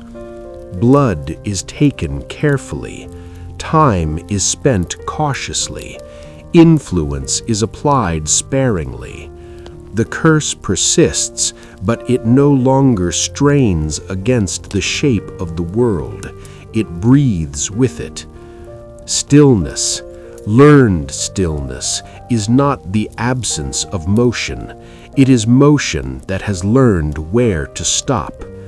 For most beings, stillness comes only at the end of life. For vampires, it must be practiced. The oldest among them speak of it not as peace, but as attunement. They attune themselves to places that endure, mountains whose silhouettes do not change, ruins whose stones remember more than the people who built them, forests where the same paths are walked for thousands of years. In such places, time slows, not physically, but perceptually. This reveals another subtle system of Tamriel. Place carries memory. Magica pools where events repeat. Certain valleys echo with battles long past. Some halls feel heavy with unspoken decisions. Vampires feel these things more sharply than mortals. Their undeath makes them sensitive to accumulated meaning. They choose refuges not for defense, but for resonance. A place that remembers requires less effort to remain unseen. Here, vampirism reaches a point of near invisibility, not because it hides, but because it blends. The vampire becomes part of the landscape's continuity, a shadow that has always been there and therefore attracts no attention. This is why ancient lairs are rarely discovered by accident. They are found only when something has already gone wrong. Stillness also reshapes how vampires interact with mortals. They no longer form attachments easily. Attachment creates urgency. Urgency disrupts restraint. Instead, they practice distance with care. They observe generations rather than individuals. They assist communities rather than heroes. They intervene early enough that gratitude never forms. Gratitude leads to loyalty. Loyalty leads to dependence. Dependence eventually demands presence. Presence attracts endings. In the Elder Scrolls, survival often depends on refusing narrative centrality. Heroes are remembered, legends are challenged, but background forces persist. This is why vampirism, once so dramatic, now feels quiet in the current age. Not gone, not cured, but no longer screaming for meaning. The curse has learned that meaning cannot be forced. It must be allowed to accumulate. Stillness enables this accumulation. By remaining still long enough, patterns emerge, cycles clarify, false crises burn out without intervention, and when action is required, it is precise. One life taken to prevent a war. One relic destroyed to prevent a cult. One prophecy subtly misread. Then stillness returns. This is not mercy, it is economy. In a world where magic responds to excess, restraint becomes the most efficient force. Even Arcay's influence feels different here. The god of cycles does not approve of vampires, but he acknowledges their function. They stand outside the wheel, reducing strain on it by absorbing what would otherwise tear it apart. They are buffers, not good, not evil, necessary. And so the long night becomes quiet, not empty, never empty, but calm enough to listen. Stillness settles, and within that stillness, when understanding no longer speaks, there is a final stage beyond stillness. It is not deeper silence, nor greater restraint. It is ease. Ease is difficult to describe because it does not announce itself. It is felt only in contrast to what came before. For vampires who reach this point, existence stops feeling like something that must be managed constantly. The curse remains, but it no longer demands interpretation. They understand it well enough to stop thinking about it. This is the quiet truth of long endurance in Tamriel. Understanding, once complete, becomes invisible. The hunger still comes, but it no longer defines the day. The sun still burns, but it no longer feels like rejection, only boundary. Cold Harbor still exists. Its claim still echoes faintly in the blood, but echoes, by definition, no longer originate from the present. Here, the vampire's sense of self changes subtly. They no longer identify as cursed beings trying to adapt, nor as survivors resisting an unjust fate. They simply are, a presence shaped by time, by memory, by careful limitation. This is where the curse loses its drama completely. Molag Bal's design depended on obsession, on hunger becoming identity, on power becoming purpose. But obsession cannot survive comprehension. Once the rules are fully known, once the cost is fully accepted, there is nothing left to rebel against, only choices. This is why the oldest vampires rarely speak of Molag Bal at all. Not out of fear, not out of defiance, out of irrelevance. The prince remains what he has always been, but the vampire no longer revolves around him. In the Elder Scrolls, gods draw strength not only from worship, but from attention. What is no longer attended to loses its immediacy. And so the curse continues without spectacle. Vampires move through eras as one might move through weather, sometimes sheltering, sometimes exposed, never offended by it. They know that the world will change again. It always does. New empires will rise, new magics will be feared, new catastrophes will demand memory, and they will remain, not to rule, not to save, but to remember. Because memory in Tamriel is the only thing that truly resists erasure. This is the last role vampirism grows into. Not predator, not ruler, not warning, Witness. The night does not need to explain itself anymore.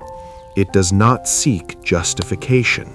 It does not argue with dawn. It exists as it has learned to exist, carefully, quietly, and without insistence. The witness who does not intervene. To witness is not to stand apart. It is to remain close enough to understand, yet distant enough not to distort. This is the final discipline the long night teaches. Vampires who have reached this depth of endurance no longer see the world as something fragile that must be protected, nor as something corrupt that must be corrected. They see it as something self-adjusting. Tamriel does not require guardians in the heroic sense. It requires time, and time for vampires is abundant. They learn to recognize the difference between collapse and correction, between a crisis that reshapes the world and one that merely reshuffles power. This discernment is not instinct. It is learned through centuries of mistakes. Intervene too early and you prevent growth. Intervene too late and you become a tyrant of hindsight. So they learn to wait. Waiting is not inaction. It is observation refined to patience. They watch how fear spreads, how belief crystallizes, how desperation makes mortals listen to voices they should not trust. And when intervention finally comes, it is so subtle it is rarely remembered as intervention at all. A rumor that dissolves a cult before it finds its god. A scholar discouraged just enough to abandon a dangerous thesis. A war delayed until both sides forget why it began. This is how the oldest vampires shape history, not through bloodshed, but through absence. Absence of catastrophe, absence of escalation, absence of repetition. This reflects the deepest truth of Tamriel's metaphysics. The most powerful forces are those that reduce extremes. The Aedra reduced chaos by sacrificing themselves. The Daedra preserved chaos by refusing sacrifice. Vampires, accidentally born between these poles, learned how to dampen oscillation. They exist where tension gathers, absorbing excess simply by being able to endure it. This is why the world has not broken under the weight of its own magic, because some beings are capable of holding pressure without releasing it violently. The curse of vampirism in this final understanding is revealed as a container, a vessel meant to hold more time, more memory, more consequence than a mortal life ever could. Molag Bal intended that container to overflow, to drown the world in domination and hunger. Instead, time reshaped it, not by force, by patience. And so the vampire becomes a paradox resolved, a creature born of violation that learned restraint, a curse meant to deny endings that learned to respect them. They do not seek absolution. They do not seek escape. They remain because remaining has meaning. In the deep quiet of the world, between eras, between disasters, between the rise and fall of names, they stand watch. Not as masters of the night, but as those who have learned how long the night truly is. The quiet beyond watching, beyond witnessing, there is something even more restrained. It is the state where watching itself loosens its grip. The oldest vampires describe it as a thinning of intention.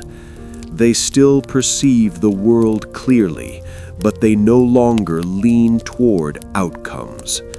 They allow events to resolve without the need to understand them fully. This is not indifference, it is trust. Trust that the world, imperfect as it is, contains its own corrections. In Tamriel, correction does not arrive as justice. It arrives as adjustment. A tyrant rules too harshly and invites rebellion. A cult grows too certain and fractures from within. A spell promises too much and consumes its caster. These patterns repeat because they must. They are how the world maintains coherence. Vampires who reach this depth stop measuring success by prevention. They measure it by resilience. How quickly does a region recover? How little damage persists beyond a generation? How many lessons are learned without catastrophe? If the answers are acceptable, they remain still. Here, the curse's final demand reveals itself. Not hunger, not power, not memory, patience. Patience is the last thing Molag Bal expected his creation to master. Domination thrives on urgency. Patience dissolves it. Cold Harbor's echo fades further here, not because the bond is broken, but because it is no longer activated. A door left unopened still exists, but it does not shape the room.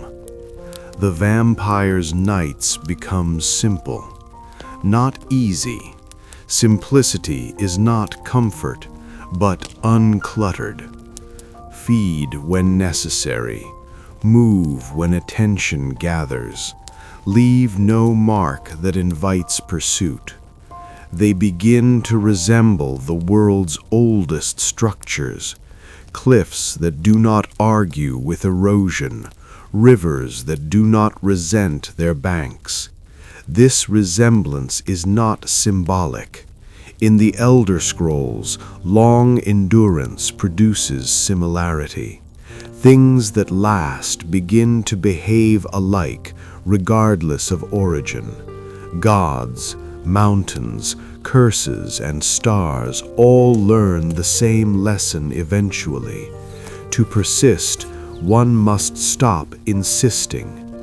And so the night thins, not vanishing, but becoming breathable, a presence that no longer presses against the world, but rests within it.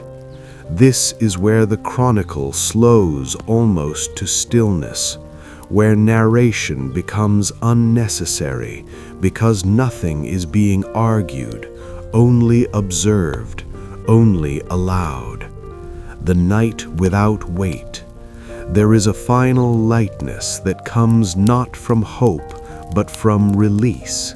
Not release from the curse, nor from time, nor from memory, but release from the need to carry meaning at all. At this depth, the night no longer presses against the vampire's thoughts. It no longer asks to be interpreted, justified, or resisted. It simply exists, as the sea exists to the shore, as shadow exists beside stone. This is where vampirism becomes almost indistinguishable from the world itself. The vampire still feeds, still avoids the sun, still dreams of places touched by cold harbor. But none of these define the shape of awareness anymore. They are conditions, not conflicts. This reveals the last and quietest system of Tamriel. Everything that endures long enough becomes ordinary, even curses. Ordinariness is not weakness, it is stability. When something becomes ordinary, it stops demanding attention. When it stops demanding attention, it stops escalating. This is how the world survives itself. The oldest vampires no longer think of themselves as watchers or guardians or archivists. Those were roles. Roles imply obligation. Now they exist more simply. They are present where they are, absent where they are not needed, unattached to outcomes they cannot improve. They move rarely. When they do, it is slow, guided more by shifting currents of magicka than by plans. They sense when a region grows heavy with repetition, when old mistakes gather enough momentum to return. And even then, they do not rush. They wait to see if the world resolves itself first. Often it does. This is the quiet respect that comes only with deep time. Respect for the world's ability to heal without guidance. Respect for mortal resilience. Respect for cycles that do not require supervision. Molag Bol's curse in this final form has become something he would not recognize. Not a chain, not a weapon, not a proclamation of dominance, but a long, patient stillness capable of holding centuries without strain. Cold Harbor remains distant, like a remembered birthplace rather than an active claim. The vampire no longer feels pulled toward it, nor do they feel pulled toward Nirn. They are balanced between realms, not by force, but by familiarity. And so the night loses its weight. It does not disappear, it does not soften, it simply stops pressing. The world turns, the sun rises, civilizations speak, forget, and speak again. And somewhere beyond urgency, beyond fear, beyond the need to explain, the long night rests, not sleeping, not watching, but being. When the night no longer seeks an answer, at this depth questions lose their urgency, not because they have been answered, but because they no longer require answers to allow existence to continue. This is perhaps the most unfamiliar state to mortals. Mortals live by resolution. They move from question to answer, from problem to solution, from beginning to end. Vampires who have endured long enough step outside this rhythm. They no longer ask why the curse exists. They no longer ask what it means. They no longer ask how long it will last. Time has already answered those questions by refusing to end. Here the night becomes self-sustaining, not through dominance, not through fear, but through familiarity. The vampire understands the shape of hunger the way a mountain understands wind, as pressure, as movement, as something that passes through rather than defines. This understanding changes perception itself. Events that would once have demanded reaction now appear as fluctuations, noticeable but not destabilizing. A war breaks out, a new order rises, a forgotten god stirs. These things are observed the way weather is observed, with awareness but without panic. This does not mean intervention never occurs. It means intervention is no longer driven by narrative weight. The vampire does not act because something feels important. They act only when imbalance threatens to compound. This distinction is subtle, yet it defines the difference between disruption and correction.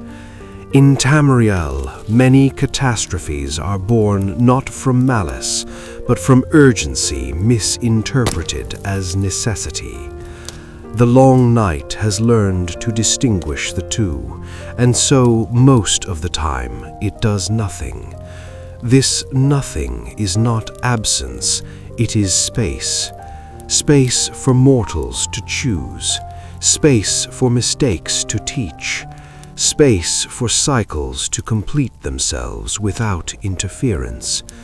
The world needs this space.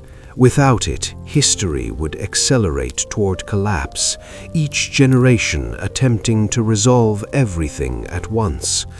Vampires, by remaining unhurried, slow the tempo of existence simply by contrast. They are reminders that not everything must be decided now. Even Molag Bal's design dissolves at this scale. Domination requires immediacy, it requires pressure, it requires reaction. But reaction has ended. Cold Harbor's echo persists only as structure, a background resonance, like gravity. It no longer demands attention, and so it no longer commands behavior.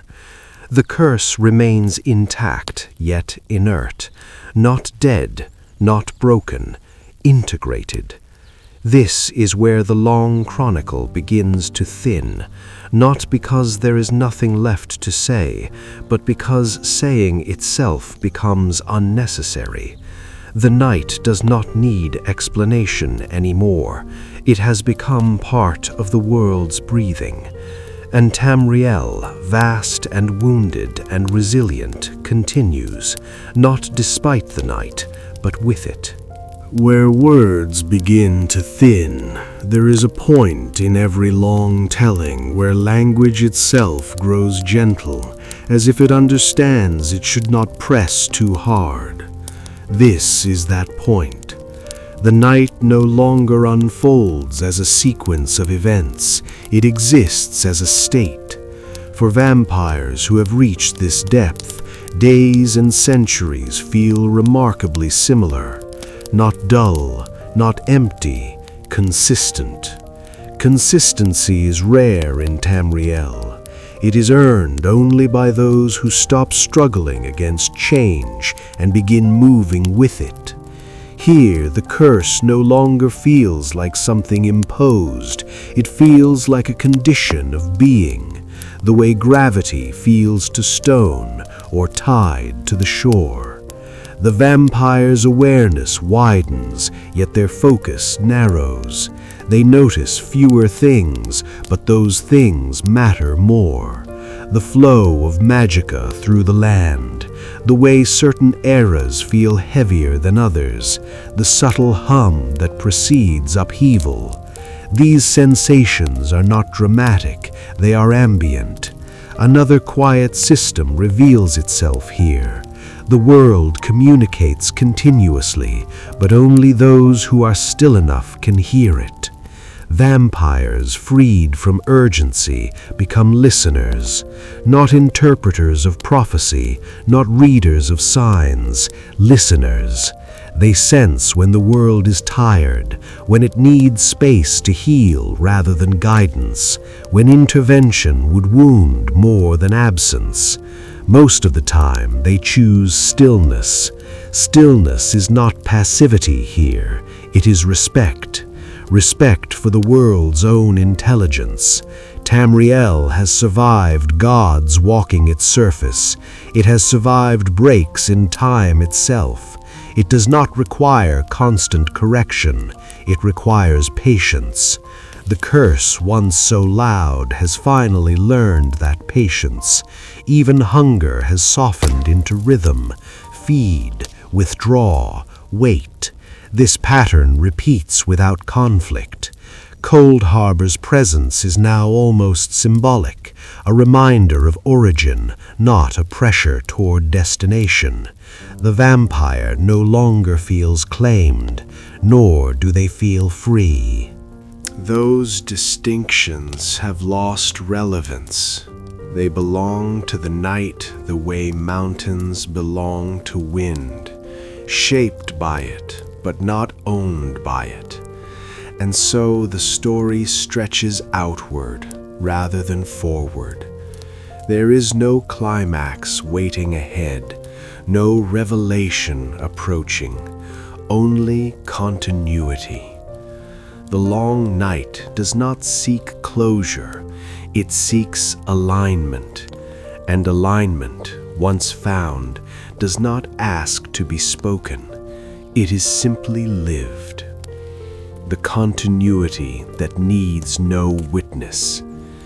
Eventually, even witnessing becomes unnecessary, not because nothing happens, but because what happens no longer needs to be held by awareness. For vampires who have reached this far into endurance, the world feels complete without commentary. Events arise, unfold, and resolve, without leaving residue that demands reflection. This is not detachment, it is integration. The vampire is no longer a point observing the world. They are a surface the world moves across. In Tamriel, this state is rare. Most beings define themselves by contrast, life against death, order against chaos, light against dark. But contrast fades with time. Here, the night no longer defines itself against the day. It simply exists beside it. Sunrise is not an enemy. It is a signal to withdraw. Sunset is not relief. It is permission to return. Neither carries emotion. This is another quiet structure of the Elder Scrolls universe. Emotion diminishes when meaning stabilizes, not because feeling disappears, but because it no longer surges. The vampire still experiences sorrow, still recognizes beauty, still remembers loss, but these experiences no longer disturb balance. They pass through awareness the way weather passes over land. Nothing clings. At this stage, even identity softens. Names are shed willingly. Histories are allowed to blur. What remains is not personality, but pattern. A way of moving, a way of feeding, a way of withdrawing before attention gathers. The vampire becomes predictable in the most invisible sense. Predictable to the world, not to hunters or scholars. The land knows them. The flow of magicka adjusts around them. Certain paths remain quiet because they are quiet there. This is how the world accepts something without naming it. Acceptance in Tamriel is not acknowledgement, it is accommodation. Cold Harbor's echo is now little more than a background frequency, not silenced but absorbed. The curse remains complete, yet inactive in spirit. Molag Bal's intent has long since dissolved into irrelevance, not defeated, not overturned, simply outlived. This is the final irony of vampirism. A curse designed to dominate time becomes something that time itself neutralizes, not through violence, through patience. And so the long night continues without urgency, without narrative weight, without demand. It does not move toward an ending. It does not resist one either. It exists within the world's ongoing breath, quiet, unremarkable, enduring. The night that carries itself. There is a final refinement beyond continuity. It is the moment when existence no longer feels like something that must be maintained. The night carries itself. For the oldest vampires, this is not a revelation. It arrives gradually, so gently that it is almost missed. They notice it only in hindsight, when effort has faded from their routines, when vigilance has softened into habit, when even caution no longer feels tense. They have learned the exact weight of their presence in the world. They do not press beyond it. They do not withdraw below it. This precision is not calculation. It is familiarity. In Tamriel, familiarity is a form of harmony. The vampire knows when to move because the world feels crowded. They know when to remain because the world feels thin. They know when to feed because the rhythm requires it, not because hunger demands it. This is another quiet system that reveals itself only at great age. Rhythms replace rules. Rules require enforcement. Rhythms require listening. The curse still operates by rules. Blood sustains, sunlight repels, Cold Harbor resonates. But the vampire no longer interacts with these as constraints. They are simply parts of the rhythm, like tides and seasons. Nothing is resisted, nothing is chased. At this stage, even the idea of balance feels unnecessary. Balance implies adjustment. Adjustment implies instability.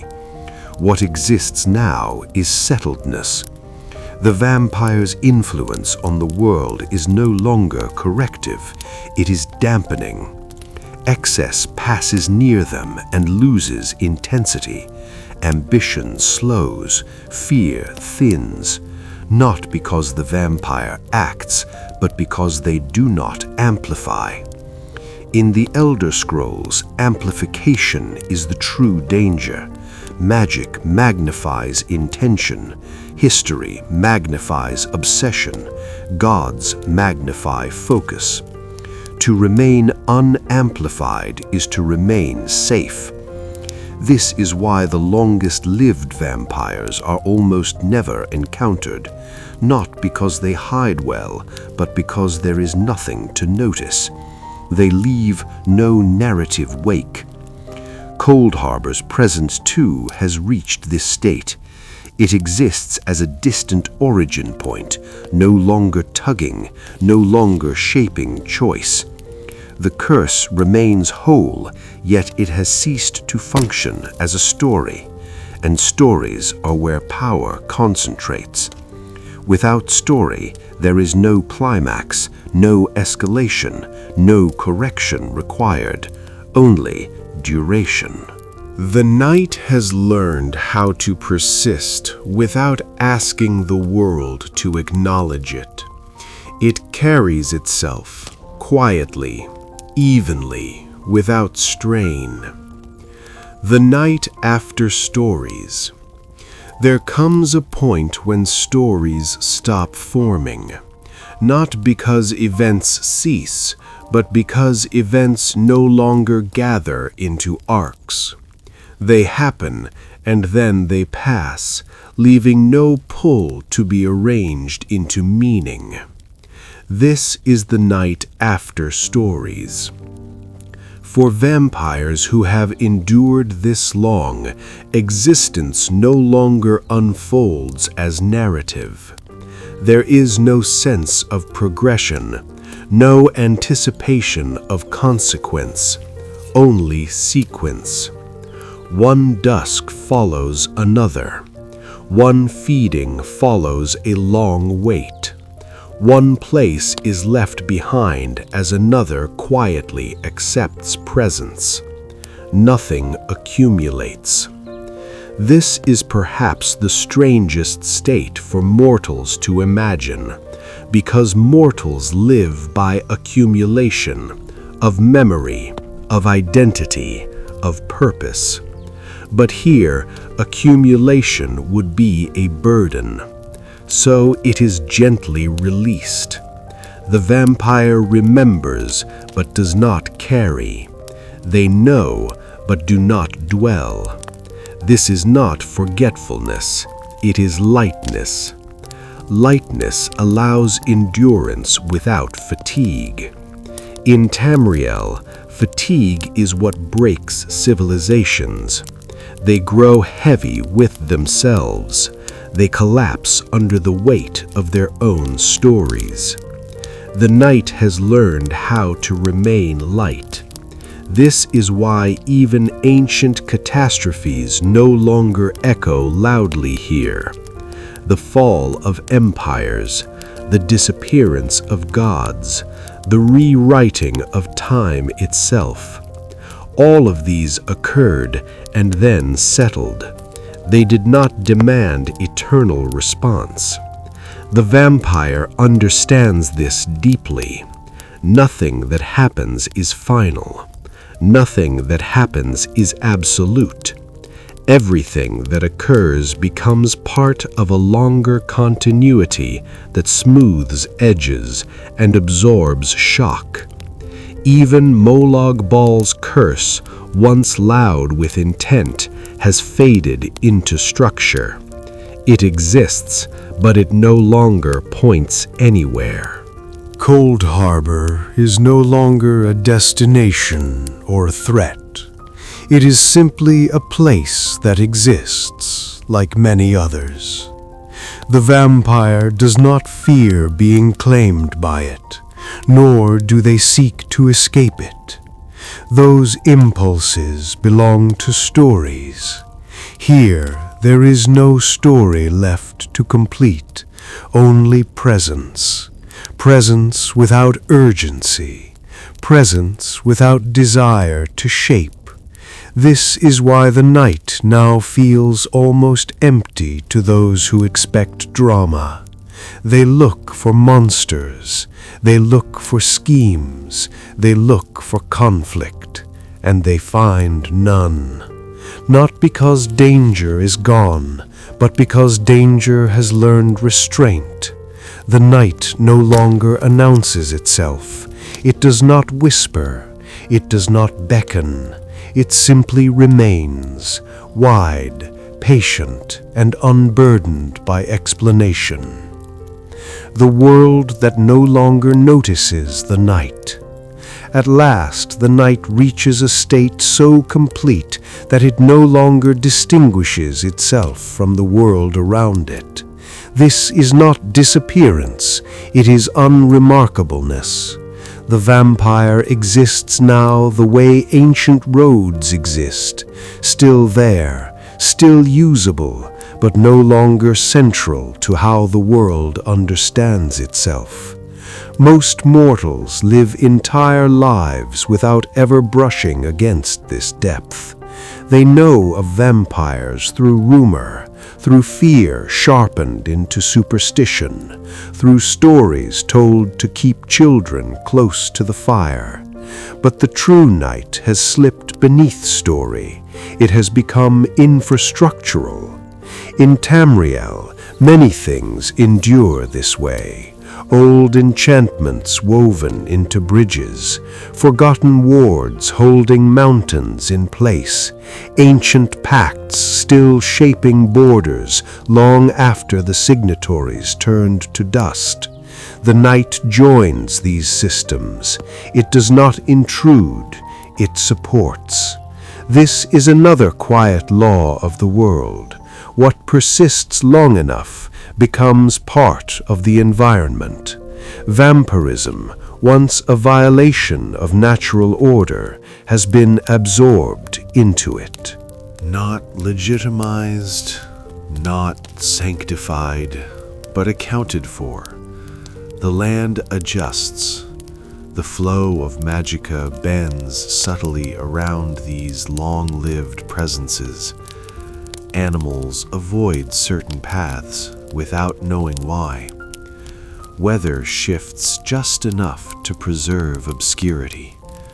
Nothing dramatic, nothing deliberate, just accommodation. The vampire no longer feels watched by the world, nor do they watch it in return. Awareness has diffused. They exist in the same way gravity exists, always present, rarely noticed, essential only when disrupted. Even the sun feels different here, not gentler, not kinder, simply predictable. It rises, the vampire withdraws. It sets, the vampire returns. No resentment, no longing. Boundaries lose emotional weight when they are fully understood. This is the final transformation of the curse. It no longer creates friction. Molag Bal's design required friction, pain, resistance, hunger sharpened into identity. Without friction, there is nothing for domination to grip. The curse remains intact, yet functionally neutral, a mechanism without leverage. Cold Harbor, too, becomes ordinary in this understanding. Not a looming threat, but a known distance. The vampire knows where it is and knows they are not moving toward it nor away from it. Direction has lost meaning. Only position remains. And so, the world continues without noticing the night at all, which is perhaps the highest form of survival.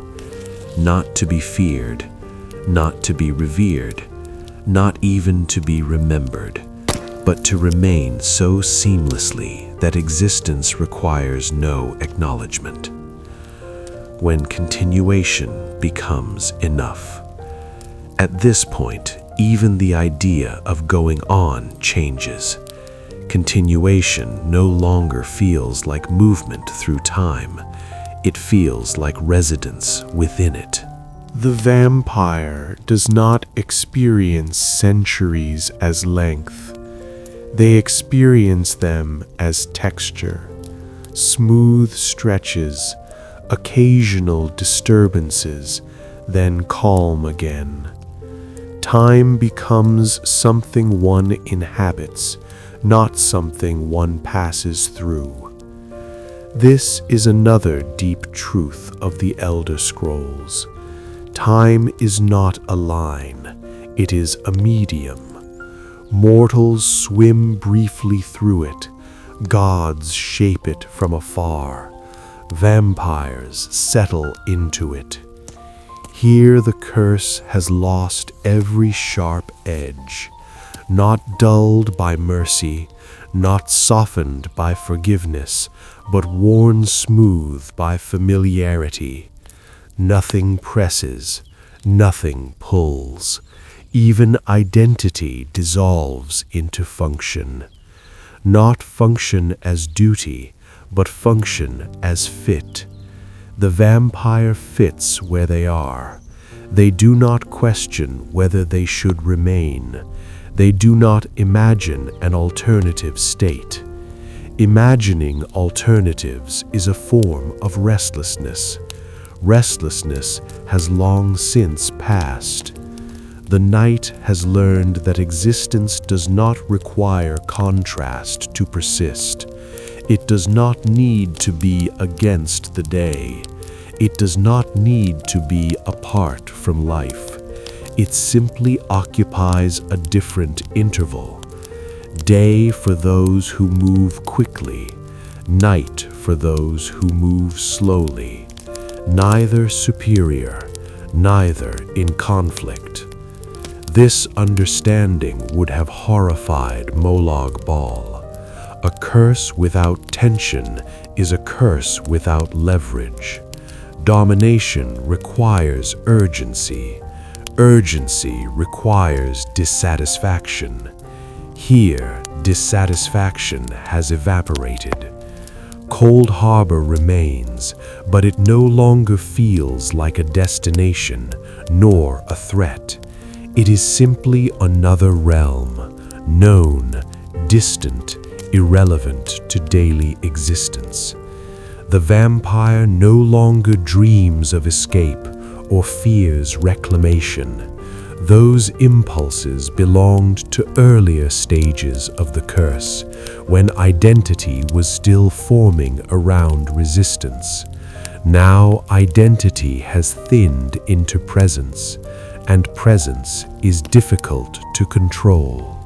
This is why, in the deepest layers of Tamriel's ongoing story, vampires are neither solved nor confronted.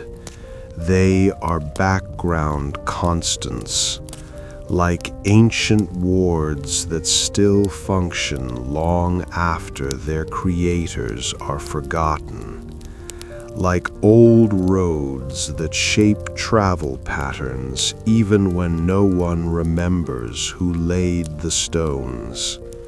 The night does not ask to be resolved. It does not demand an ending. Continuation has become enough. And in a world shaped by ambition, prophecy, and divine interference, enough is rare. The quiet that needs no name. At this depth, even names begin to feel unnecessary, not because identity is lost, but because identity no longer requires reinforcement. The vampire does not introduce themselves to the world. They do not conceal themselves either. They exist without announcement, and the world, in turn, does not ask. This is the quiet that needs no name. In earlier ages, vampirism demanded labels: curse, blessing, disease, heresy, abomination. Each name carried fear or desire, and fear and desire both invite movement. Here, movement has slowed to the pace of geology. The vampire's presence is no longer interpreted as other. It is simply part of the night's density, the way certain forests feel deeper, or certain ruins feel unwilling to be disturbed. This reveals another underlying structure of Tamriel. The world recognizes patterns before it recognizes beings. Mortals notice repetition. They sense continuity. They adjust behavior long before understanding why. A village learns which hills to avoid after sunset. A road slowly falls out of use. A tower remains uninhabited across generations. No proclamation is made. No truth is discovered. Adaptation happens quietly. The vampire becomes one of these patterns, not a creature to be confronted, but a condition to be respected. This is why the longest-lived vampires rarely appear in records. Records track disruptions. They track anomalies. Stability leaves no trace. Even scholars, so hungry for classification, eventually look elsewhere. There is nothing to catalog here. No outbreaks, no crises, no escalation, just continuation. Cold Harbor's influence has thinned almost to abstraction. The vampire knows its laws, but does not feel governed by them. A law untested loses relevance. Molag Bal's dominion depends on friction, on struggle against imposed limits. Here, limits are accepted without argument, and so dominion finds nothing to grip. The curse remains intact, yet functionally silent, not healed, not purified, simply settled. This is perhaps the most unsettling outcome of all, a curse that does not end, but also does not demand attention, a state of being that persists without justification. The night no longer needs to be explained to itself. It no longer asks what it is becoming. Becoming implies direction. Here, there is only presence. The vampire stands within the world the way a shadow stands beneath a tree at dusk, not separate, not merged, but naturally occurring.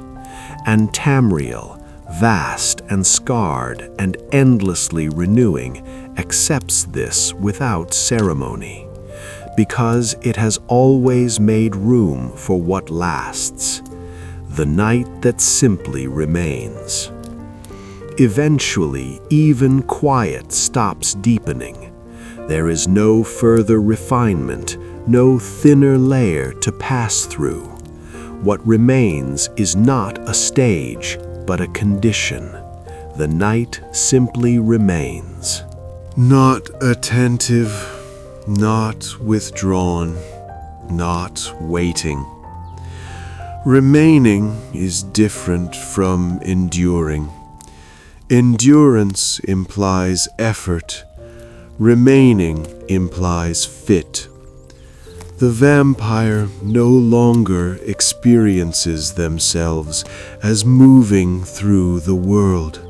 The world moves, and they are part of what it moves around. Seasons pass, borders shift, languages bend and soften. None of this requires response. This reveals the final, most understated truth of Tamriel. Some things do not participate in change. They provide context for it. Mountains do this. Stars do this. Old magic does this. Now so does the night. Vampirism has lost all sharpness of identity, not because it was erased, but because it was absorbed. The hunger is still there, but it no longer asks for interpretation. The weakness to sunlight remains, but it no longer feels punitive. They are simply conditions of being, like weight, like distance, like time. Cold Harbor has become a remembered origin, not a looming destiny. The vampire knows its geometry, the way one knows the shape of a childhood home without needing to return. Molag Bal's presence, once central, has faded into background myth, not defeated, not denied, outgrown. This is the quietest defiance imaginable, not rebellion, not escape, continuation without attention. The curse still exists, but it no longer creates story, and story is where power concentrates. Without story, there is no arc to exploit, no climax to accelerate, no ending to force, only persistence. The night is no longer a theme in Tamriel, it is infrastructure. It shapes paths without announcing them. It influences outcomes without claiming credit. It remains unnoticed until removed, and removal is no longer imaginable. This is not immortality as ambition once dreamed it. It is immortality as background, uncelebrated, unchallenged, unfinished. And perhaps that is the final understanding, that eternity, when fully realized, does not shine, does not conquer, does not demand. It settles. And in settling, it allows everything else to continue.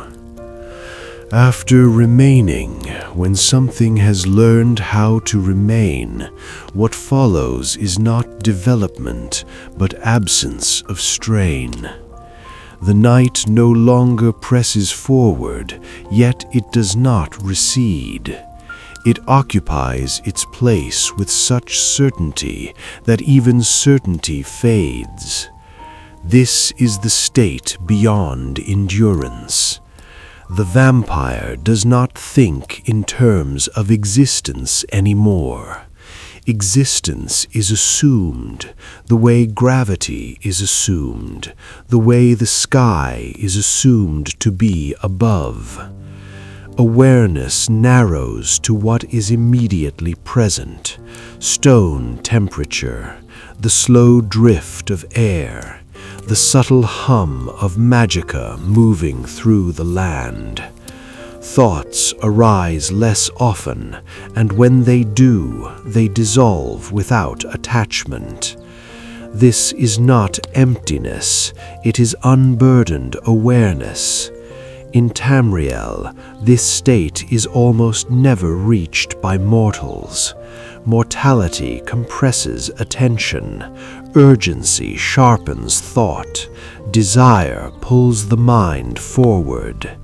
Vampires, relieved of urgency, allow attention to rest where it lands. They notice small things, how certain ruins settle more deeply into the earth each century, how forests reclaim old roads without resentment, how magic itself becomes quieter when left unprovoked. Here, another truth becomes visible. The world heals most efficiently when it is left alone. Interference accelerates imbalance. Observation without insistence allows correction. The vampire no longer wonders whether they should act.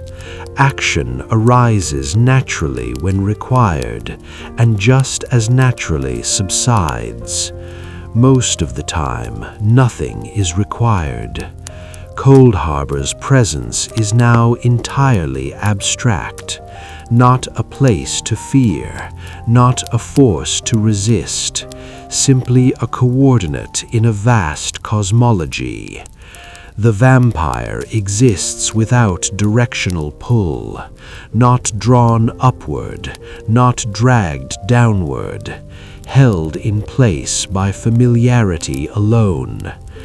This is where the curse fully loses narrative gravity.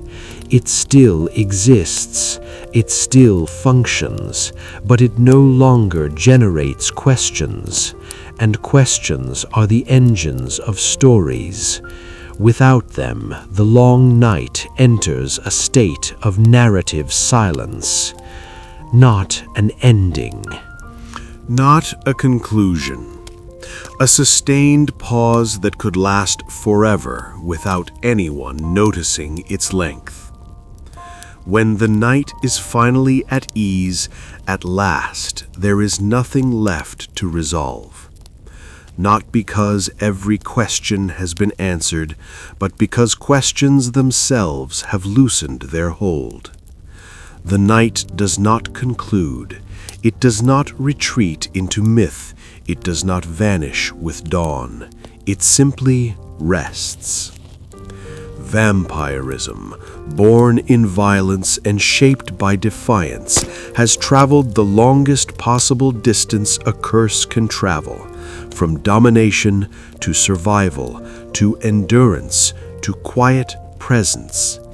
It has learned what Molag Bal never intended it to learn, that eternity is not conquered, it is inhabited. The blood remembers its origin, but it is no longer ruled by it. Cold Harbor remains part of the cosmology, yet no longer defines direction or desire. The sun still rises, and the night still answers it without resentment. Arkay's cycle continues, not broken, not mocked, but subtly supported, because something stands outside it and no longer strains against its turning. Vampires do not seek absolution, they do not seek cure, they do not seek dominion. They remain, as stone remains, as stars remain, as the quiet spaces between histories remain. They are no longer warnings, nor ambitions, nor tragedies waiting for resolution. They are context, and context in Tamriel is what allows the world to keep changing without tearing itself apart. The night has become light enough to carry itself, heavy enough to matter, quiet enough to endure. Nothing announces this ending because nothing needs to. The world turns, the sun rises, lives begin and end as they always have, and somewhere beyond urgency, beyond fear, beyond the need for explanation, the long night is at ease, not finished, not forgotten, simply present.